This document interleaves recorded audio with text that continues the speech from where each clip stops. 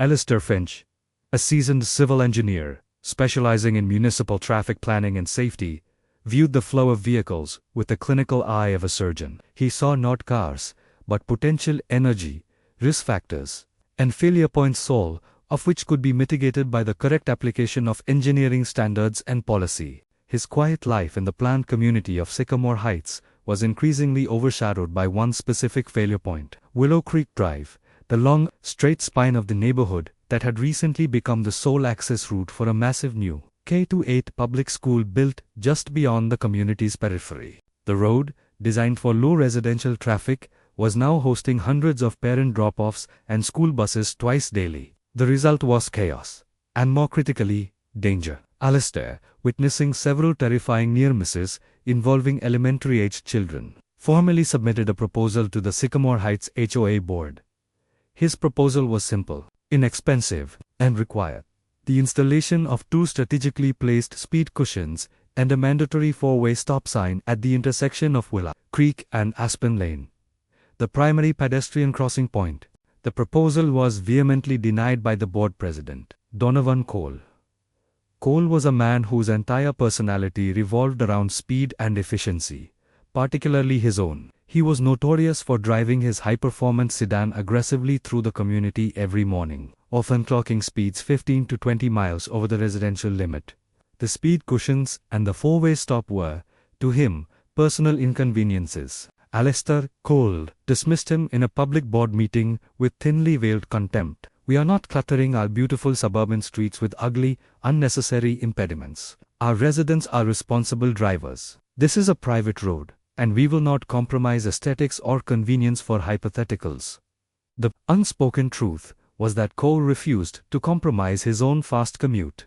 The vote was 3-2 against the safety measures. Alistair knew he couldn't win a vote against Cole's ego. He realized that Cole's refusal was not just poor governance. It was a deliberate and documented act of gross negligence that had created an active, ticking public safety hazard. Alistair's profession was about quantifiable risk, and he decided to use his specialized knowledge to translate that risk into catastrophic legal liability and language. The HOA, the city, and the school district would be forced to understand. He began his forensic investigation, treating the short stretch of Willow Creek Drive like a failed public highway design. For 2 full weeks, he deployed hidden, professional-grade traffic counter tubes and radar speed guns, gathering objective data. He meticulously analyzed the traffic stream. The average 85th percentile speed was 42 miles per hour in a 25 miles per hour zone during peak hours, and the volume exceeded the threshold for mandatory traffic calming measures by 150%.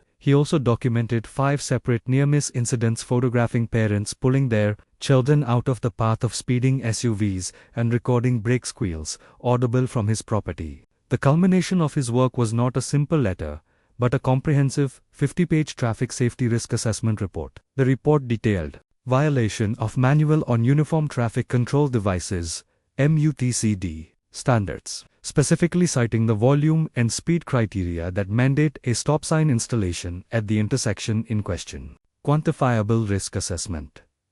Using established FHWA and local city guidelines, he calculated the probability of a fatality or severe injury collision within the next academic year based on the current data, projecting a high likelihood of a catastrophic event.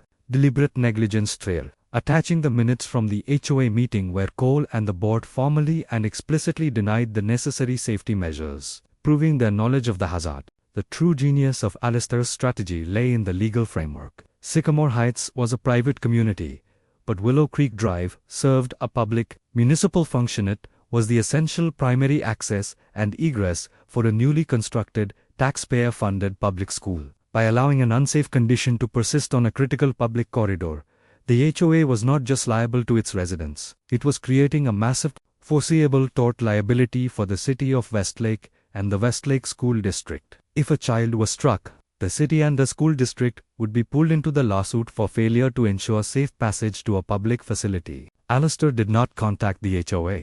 He arranged separate, simultaneous presentations. First, to the superintendent and the school board, and second to the city council's public safety committee. His presentation was brief, professional, and terrifying. He showed the data, the projected fatality rates, and the undeniable paper trail proving the HOA's willful negligence. He concluded with a chilling summary. Gentlemen and women, the Sycamore Heights HOA has created an unacceptable risk on a public thoroughfare. The first major injury lawsuit will name the city and the school district as negligent co-defendants. Your exposure for a single fatality could exceed $10 million.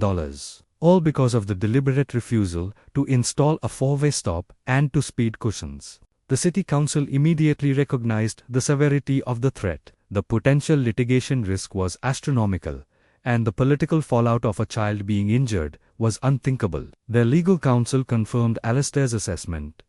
The city had a duty to protect public access to the school, regardless of who nominally owned the asphalt. They moved with devastating speed and legal precision. The City Council held an emergency session and voted unanimously to invoke quick-take eminent domain authority over the specific sections of Willow Creek Drive and Aspen Lane required for traffic control. Eminent domain, typically used for major public works, was here justified as an immediate necessity for public safety and the prevention of catastrophic tort liability. The execution was swift and overwhelming. At 4 a.m. the following morning, a massive convoy of city public works and traffic engineering crews backed by city police vehicles entered Sycamore Heights. They were not there for consultation. They were operating under a federal court order. They immediately tore up the asphalt for the footing of a new, high-visibility, intersection-wide crosswalk. They installed permanent, radar-equipped speed cameras at both ends of the street, 2 sets of professional-grade asphalt speed cushions, and 3 oversized, highly reflective stop signs. The entire installation, which included specialized digital signage, tied to the school bell schedule, and heavy administrative oversight, was a monumental project designed not just for safety, but to send an undeniable message of municipal authority. The cost was staggering.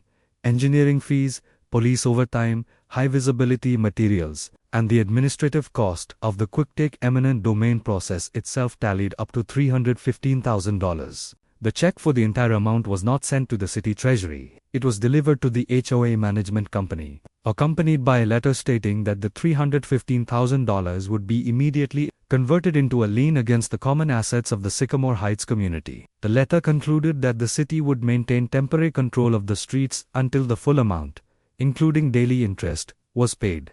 The community exploded in shock and outrage. The fine translated into a $7,000 emergency special assessment per household, levied immediately to pay the debt incurred by Donovan Cole's ego. The emergency board meeting held that week was not a debate. It was a public execution. The HOA's general counsel, now facing the dual threat of federal liability and a civil suit from every resident, advised Cole that his only viable defense was immediate, public resignation and a full apology. Donovan Cole, the man who valued a fast commute over public safety, stood before his furious neighbors, utterly humiliated, and read a terse statement, stepping down from the presidency. Alistair Finch's small, necessary ramp was now built, not by his own expense, but by the HOA's ruined coffers. He had used the absolute, uncompromising authority of federal law to demolish the HOA's ableist leadership and ensure that access, not Marcus Albright's outdated aesthetic sensibilities, became the community's primary and most expensive legal standard. The highly engineered speed cushions and stop signs on Willow Creek Drive stood as permanent, immutable monuments to the catastrophic consequence of prioritizing vanity over public safety, and to the civil engineer who successfully weaponized the manual on uniform traffic control devices to reclaim his neighborhood.